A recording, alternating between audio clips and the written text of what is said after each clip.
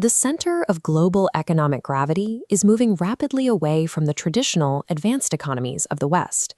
This graphic illustrates a massive demographic shift, showing that new middle-class consumers in these rising economies will account for 62% of global consumption growth between 2015 and 2030. That equals $15.5 trillion in new spending.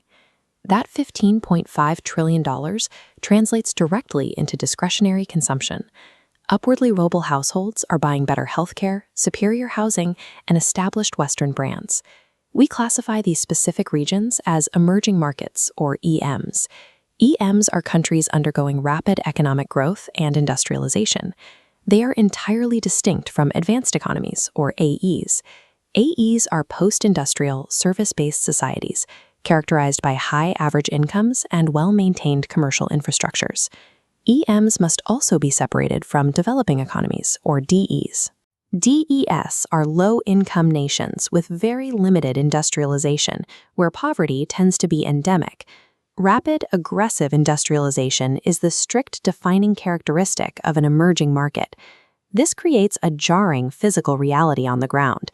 Extreme corporate modernization often sits directly adjacent to low-income housing and developing infrastructure.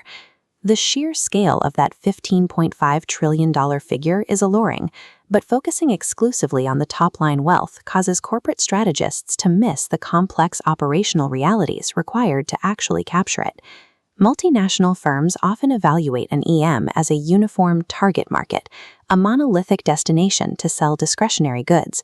These markets function as complex, fully integrated operational nodes within a larger system. They form the backbone of global value chains, or GVCs. A GVC is the sequence of activities a firm uses to bring a product from its initial conception to its end use, with design, production, and distribution spread across multiple countries. Within these chains, EMs serve as vital manufacturing bases. Firms leverage the concentration of skilled local workers and direct access to raw materials to produce goods efficiently. EMs also function as highly efficient sourcing destinations. Dispersing supply lines across multiple emerging economies is an essential tactic for maintaining the resilience of a company's global operations. Treating an EM as a monolithic consumer target leads to isolated, fragile operations. Success requires integrating these countries as dynamic nodes within a global supply and production strategy. The political and economic environments in EMs are defined by the VUCA framework. VUCA stands for volatile, uncertain, complex, and ambiguous. This matrix breaks down the specific risks associated with foreign direct investment.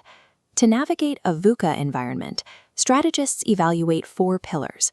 The first is political risk, a firm's financial exposure to the host country's legal climate, like sudden taxation shifts.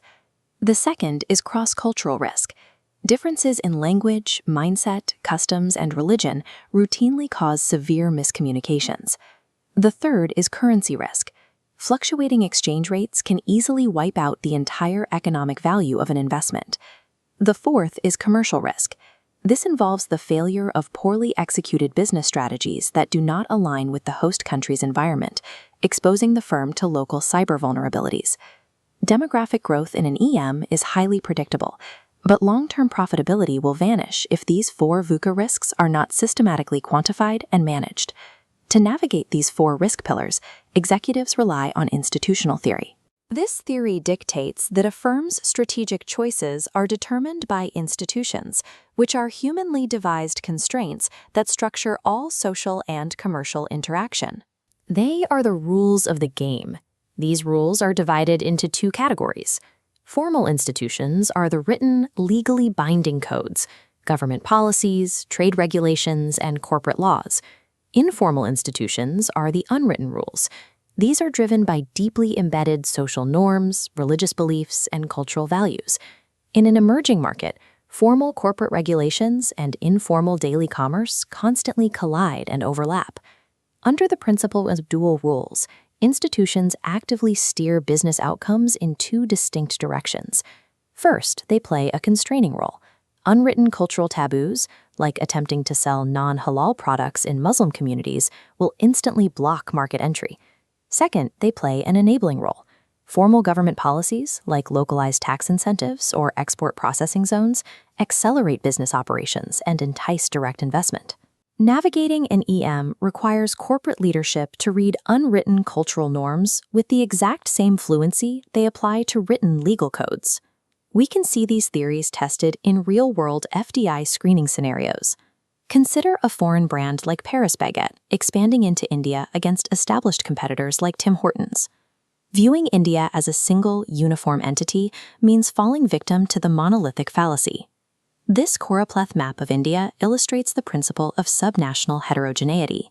Across large emerging markets, institutional constraints and economic realities vary wildly depending on the specific geography. Looking at the data for 2014, the state of Punjab ranked first overall for the ease of doing business. In the exact same country, the state of Bihar ranked 14th. Wage costs, local taxation rates, urbanization levels, and informal cultural institutions differ sharply between these two states. Standard national-level FDI strategies fail completely because high national averages effectively camouflage severe localized institutional risks and hidden opportunities. Because EMs are deeply embedded nodes in global value chains, their subnational realities directly impact the flow of global macro trade. This intense interdependency multiplies the magnitude of geopolitical shocks. A sudden import tariff, a strict production quota, or a global pandemic creates a disruption that ripples through the entire system. Trade policies act as powerful catalysts. They rewrite the institutional rules of the game across multiple borders overnight. Anticipating and managing these shocks has become the most critical leadership function for modern executives. Maintaining supply chain resilience when the surrounding political environment inevitably fractures is the definitive test of a corporate strategy. Successful multinational firms actively mediate trade restrictions and VUCA shocks through strategic choices. This network diagram visualizes adaptive reconfiguration. This is the constant, strategic restructuring of global value chains to bypass sudden disruptions. Firms deploy two primary actions. The first is switching. When a political barrier arises, a firm will physically change its production locations, find new suppliers, or pivot to alternative target markets to maintain operational flow. The second action is upgrading. Instead of moving, a firm improves its internal processes, upgrades its technology, or enhances product quality to remain highly competitive despite the new constraints.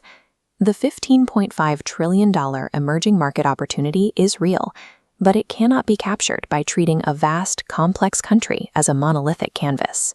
True strategic navigation requires mapping subnational institutions, systematically mitigating the 4 pillars of risk, and building global supply chains capable of dynamic, ruthless adaptation.